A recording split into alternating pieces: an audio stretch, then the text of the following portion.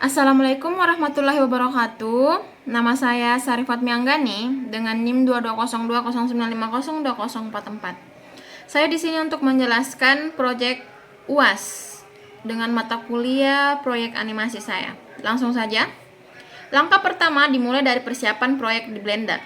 Setelah membuka aplikasi dan memilih file baru pada opsi general, objek kubus default dihapus menggunakan perintah delete.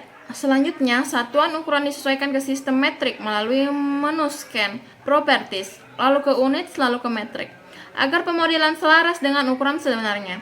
Referensi grid juga diaktifkan untuk membantu menjaga skala objek selama proses pemodelan berlangsung.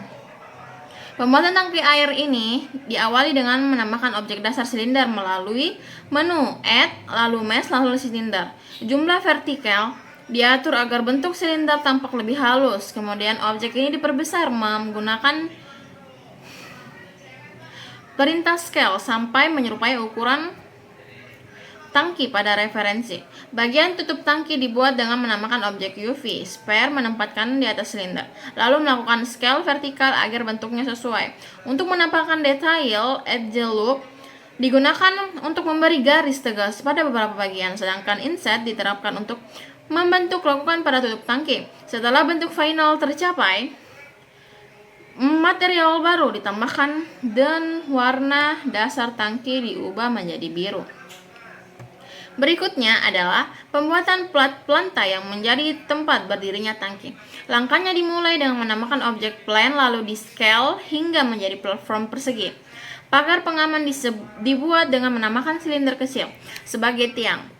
Menduplikasinya lalu membuat batang horizontal menggunakan curve pad atau kub tipis yang di scale memanjang. Untuk struktur penyangga menara, proses dimulai dengan menambahkan objek kub, kemudian di scale dan di extrude menjadi tiang-tiang vertikal. Tiang ini digandakan hingga terbentuk 4 penyangga di masing-masing sudut. Balok silang dan diagonal dibentuk dari kub kecil yang diputar menggunakan perintah rotate dan diperpanjang agar memiliki kemiringan struktur seperti pada contoh. Apabila diperlukan simetri, mirror modifier dapat digunakan untuk mempercepat proses. Bagian pondasi menara dibuat dengan menambahkan kub yang kemudian di scale hingga berbentuk balok beton tempat berdirinya kaki menara. Tahap terakhir adalah pembuatan instalasi pipa dan pompa.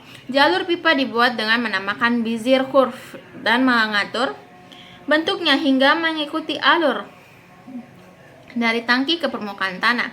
Pada objek data properties lalu ke geometri, pengaturan bevel diterapkan untuk mengubah kurva menjadi pipa berbentuk tabung. Sambungan pipa ditambahkan menggunakan silinder kecil untuk pompa air yang terletak di bagian bawah menara. Objek disusun dari kombinasi silinder dan kop kecil hingga membentuk unit pompa sederhana. Sekian dari saya, semoga ilmu yang saya sampaikan bermanfaat. Assalamualaikum warahmatullahi wabarakatuh.